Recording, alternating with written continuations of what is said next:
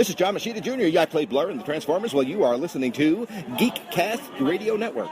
Hi, this is Pat Fraley, purveyor of Doc Doug and villain voices. And you're watching Altered Geek.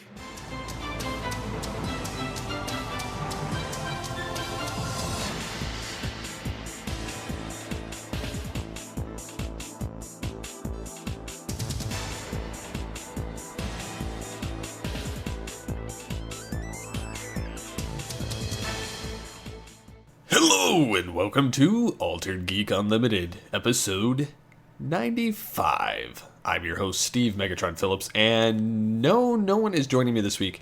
I've decided to take the podcast in a slightly different direction. For the foreseeable future, I'm going to try and run these solo. At least until episode 100, where there will be a probably definite reformatting of the podcast. Currently, I am trying to experiment because I honestly don't think... I don't think the podcast has been as good as it used to be, if that makes any sense. I'm not saying that the conversation hasn't been good, because it has. I just get this vibe that, for the most part, myself, the co-hosts, and you, the listeners, seem very disinterested to some degree. So I'm going to kind of try and tweak and play around with it for the next few weeks. I also have this idea that I want to try that I'm going to revive my video show. And in doing so, I'm going to cover some topics that I wouldn't necessarily cover here, because either A, they're going to be more in-depth, or they're going to be quick things that I can do a 5-minute show on YouTube. And I just want to I want to try and do some different things to kind of flex that creative muscle that I haven't been doing for a while. I've recently gone through a couple different life changes and events that have put a lot of strain on me mentally, so a lot of stuff hasn't really been coming out as well as I would have hoped. And also, I kind of want a more structured, but not really too structured kind of setup for the show. But enough of me babbling. So, yeah, that's kind of the idea for the show. For those that don't know, I can't remember if I mentioned anything last podcast episode of this, but we recorded an All Things Transformers where it was supposed to be the final episode of the show, and I decided to revive it kind of last minute after going to BotCon 2015, where I got to meet Frank Welker, among many other people that I have a lot of respect for and know through various other places, specifically some fan dubs. I got to meet 3 guys involved with that, one of them being Frank Tadaro, who got to chair the Frank Welker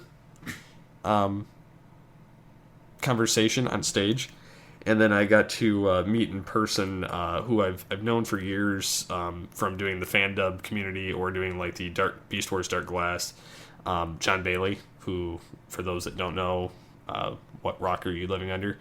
He does the epic movie voice on the Honest trailers, Honest Game trailers, the epic movie voice, etc., as well as, you know, a lot of other actual characters that he does through ADR or whatnot.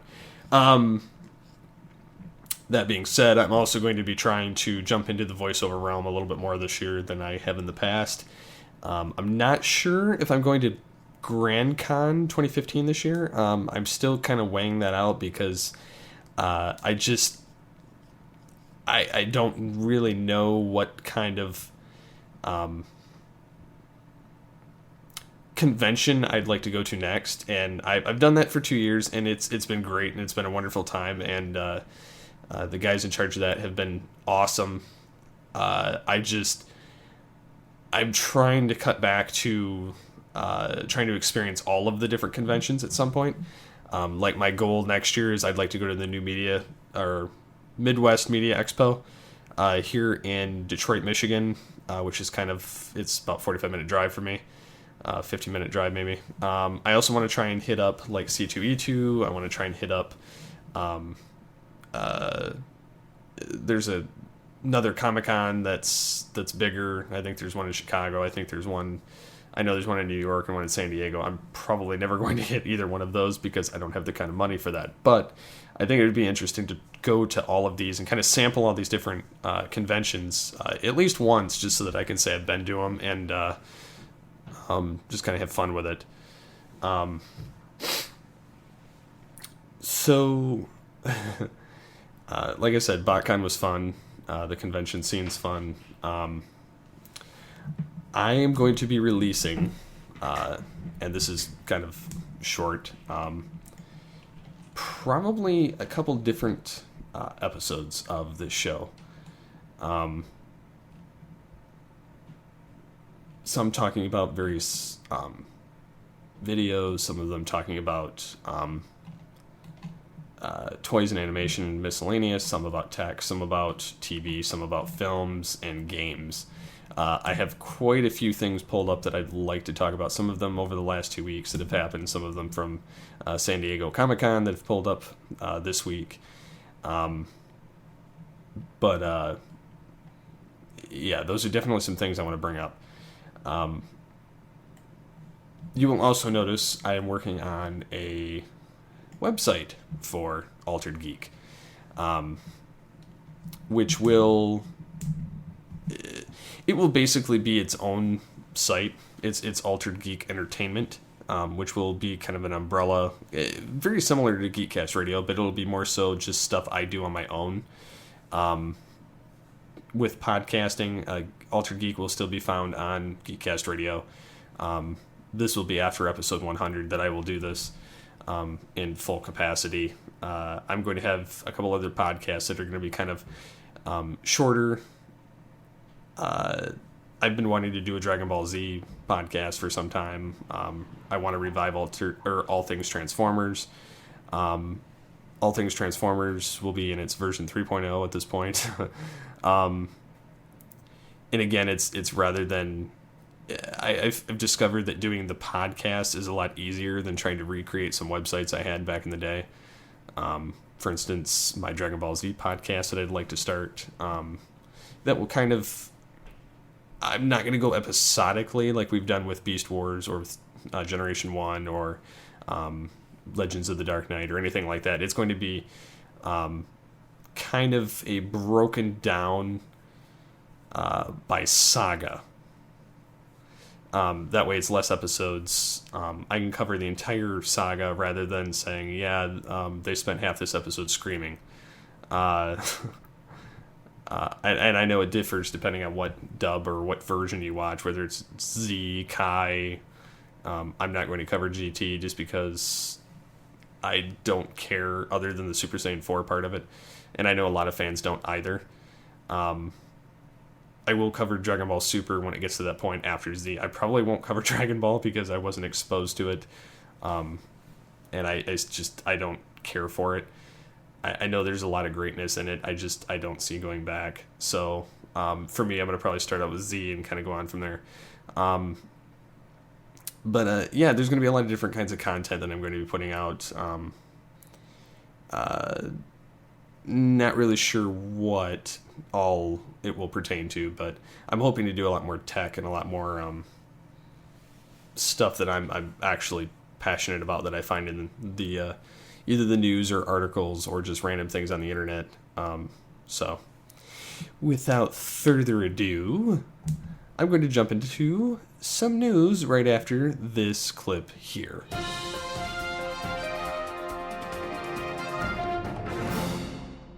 Okay, like I said, for this week, I'm probably going to do just a, more or less a 10-article blitz of things, rather than the 10-minute blitz or a complete rundown of everything I had. So, here goes. And I'm going to skip all superhero-related content until next week, just because that's not what I want to cover this week. So, for this week, I'm going to cover technology. Yes, with technology, there was a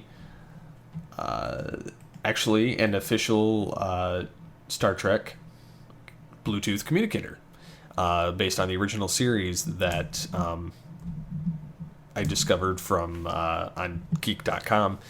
You can get it actually pre-ordered from the actual Star Trek official merchandise store. And it's a Bluetooth device that pairs with your phone, so you can pretend it's the Enterprise calling when it's, just whomever. It's supposed to cater to the most accurate recreation of the original communicator, designed and created by scanning the original prop from the show. So I would be very interested in that. I love that communicator. Don't get me wrong, I would love to have one of the ones that chirps on your like a button on your shirt type of thing, like the Next Generation. But to me, this has always been the main communicator and kind of the basis of our flip phones that we have nowadays, or prior to the pads or the tablet / phones. So yeah, I really like this concept. So yeah, the knobs and all the stuff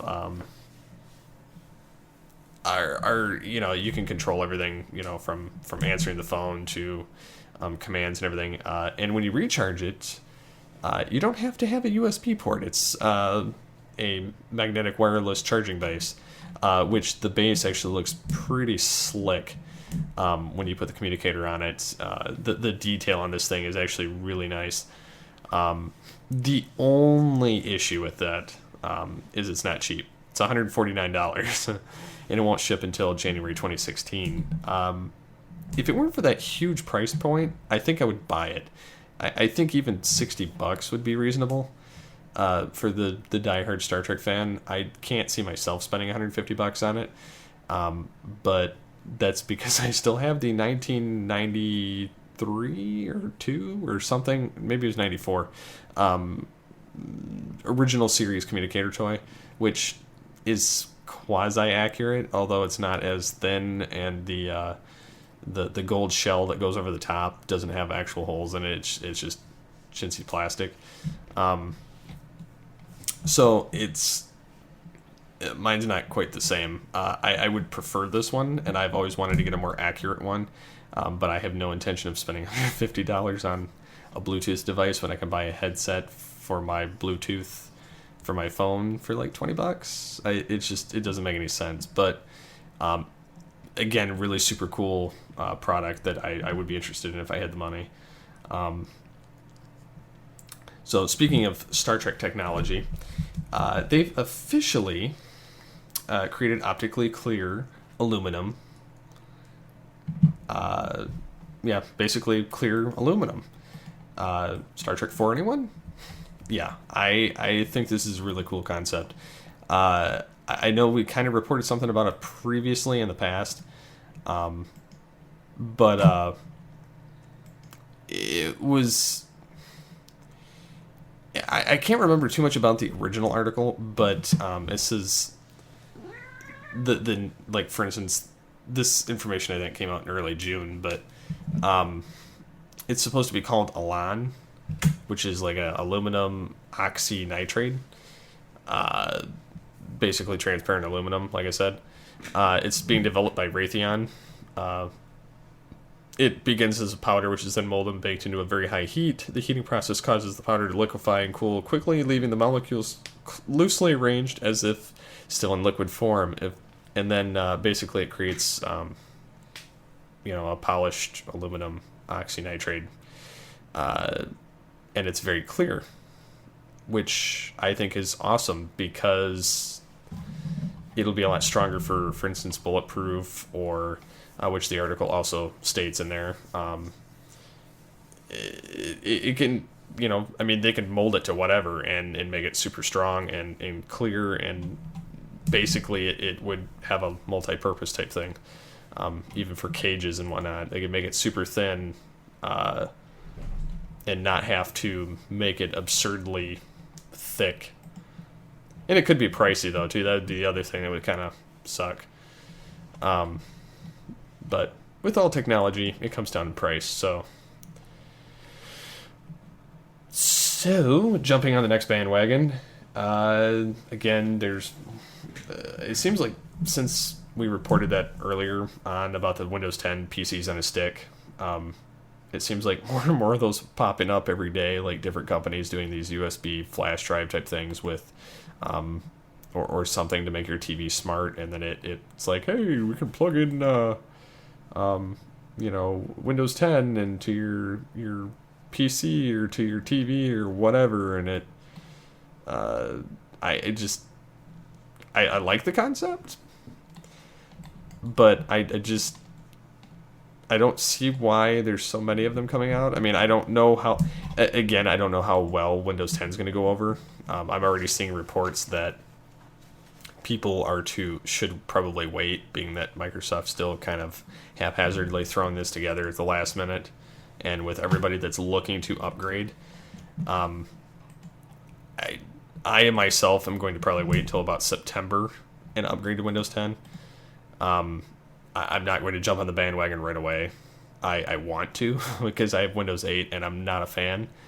More so because it's just kind of glitchy, and I don't like the start menu or any of the interface really. I did get it to look and use like Windows 7, so there is that. But I don't know how well that's going to go over right off the bat anyhow. Jumping ahead again, another article from Geek.com that I saw that I kind of thought was neat. There is a new microchip. It's a biotech microchip that's being kind of designed more or less to be implantable, that holds hundreds of doses of medication, that delivers automatically to treat illnesses.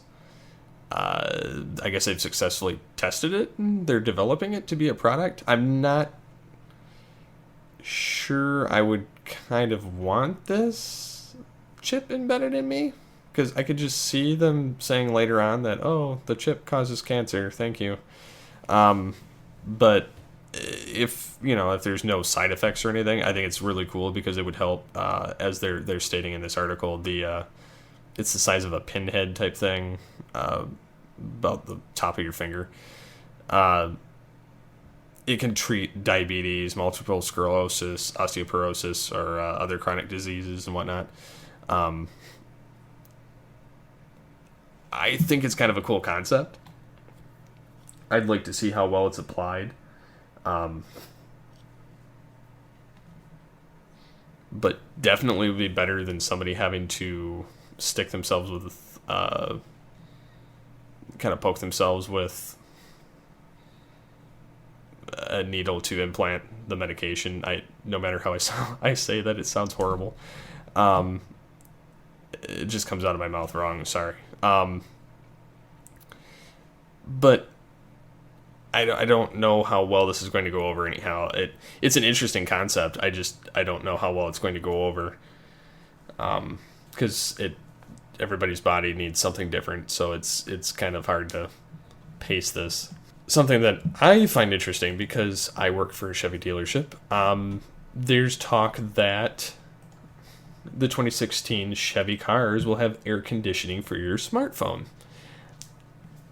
which I think is a very extremely good concept, because, like for instance, when I drove to BotCon, I realized that my cell phone, which I left on my dash, or kind of in the front glove dash type thing, started getting extremely hot on the drive. And I don't know if that's because of the satellite pinging it constantly, or if it's because it was just the windshield rays hitting it. But I think that's a really good concept, having air conditioner so your phone doesn't overheat or burn you or burn the device. It's going to be on the 2016 Malibu Impala Cruise and Volt with active phone cooling. But again, it's an upgrade package. But it's got a nice little casing that you can actually kind of clip your phone into. And there's a little vent that blows like underneath your phone and kind of it cools it off. So I think it's kind of neat. But it includes a wireless charging upgrade for your your vehicle as well. So there is a perk to it besides just having a nice, cool phone. So yeah, that's something definitely cool that I could see kind of playing out. I honestly, I'm gonna try it out in some of the newer vehicles when they start coming out. Being that I get to drive some of them at points, I think it's a really cool concept. Like I said, I there's nothing wrong with this. This is something that they need to have and everything. But again, it's only for one, and it's in the dash, so I mean it's right in front of your shifter and your cup holder. But I guess it doesn't really matter because it's about the spot that you would normally have, like your the lighter thing or the little ashtray type spot, even though they don't put those in cars anymore. Cool concept, anyhow. And I think the last tech article I'm going to talk about before I kind of close this out, I'm going to do shorter shows from now on, I think, just to kind of allow, instead of information overload, I'm going to have kind of targeted information, and then there will be there will be topics that I'll talk about during the shows. At times, it just depends on the week. Because let's face it, there's tons of awesome out there. I want to talk about it all, but there's not enough time in the world. The U.S. Air Force is developing a hypersonic Mach 5 air vehicle. The high speed is, as they're saying, a bit of an understatement. But it's supposed to be an experimental vehicle called the X-51A, which they tested in 2013, it appears. But it's supposed to have supersonic speeds by taking in and compressing air before injecting fuel and initiating combustion. So it's supposed to breathe a little bit better and have high speeds. It's supposed to have a top speed for the cruise missiles of 600 miles per hour, but at Mach 5, it's going to be pretty close to like 4,000 miles an hour. They're saying that the hypersonic vehicle, like the one described, could make it from New York to Los Angeles in 30 minutes. The only problem with that is if it was a person, they would die. Morbid. So yeah, that's all the tech stuff I'm going to talk about, because let's face it, there's not really anything else that I've noticed over the past week. I do have a lot of TV related stuff, a lot of games, a lot of film, especially film, because SDCC is going on right now, so there's going to be a ton of that. So I'm probably going to have a co-host for that, just because I want some feedback to kind of play off of what they think of some of this information that's popping up. I will say, for those interested, I've been watching the Terminator films with my wife, and we've recently just gotten through the third film, about to watch Salvation. And then we're going to see the newest one, Genisys. So, being she's not huge on action flicks, it's kind of a little bit strained to watch them, but sometimes taking more than one day, just because to her they kind of drag on. To me, I love action films, she loves horror, so it's kind of one of those mixed bags. There's personal preference knocking into each one. So yeah, there's that. How many of you guys have watched the Terminator films before jumping into the newest one? That's kind of something I'd be interested in knowing. I had never seen Salvation until about a month ago. And I honestly didn't care for it all that much, but I get why it's there. I like the progression of time as each film goes on. It's still continuing the timeline and kind of going closer to the 2029 future. So I am happy about that. But speaking of Terminator, what are your hopes for the next one? Do you hope that it's because I'm not really sure. I know that Genisys and Skynet are kind of two separate entities, or that's what I've been led to believe. Anyhow, I haven't watched it yet. Like I said, I'm kind of curious once I do watch it to find out more. But do you think it's going to be like like Skynet and Genisys being two separate entities battling each other, along with the Sarah Connor, Kyle Reese, and Pop's Terminator? I think it'd be kind of interesting to see where they got the template to begin with for the Arnie Terminator design, in some kind of a character, even if it's another CG type thing. But yeah, that's something I think would be kind of cool to find out what you think. Like I said, I have no idea. I'm kind of geeked to see the new one just because I liked T1, T2, and I know that it pulls a lot from both, and kind of wipes out everything that we know, doing like a reboot and kind of more so connecting the next two films that are going to come out, despite the low ticket sales. So I guess to kind of sign it out before I get too long-winded here by myself, like I said, I'm going to talk about other stuff next week.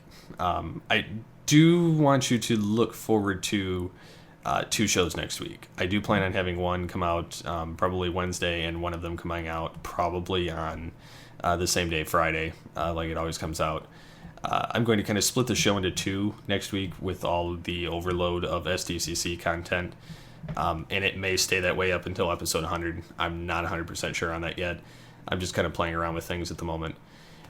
So what kind of news are you guys looking forward to coming out of SDCC? I know a lot of questions I'm dropping here, but I kind of am looking for a lot of input here.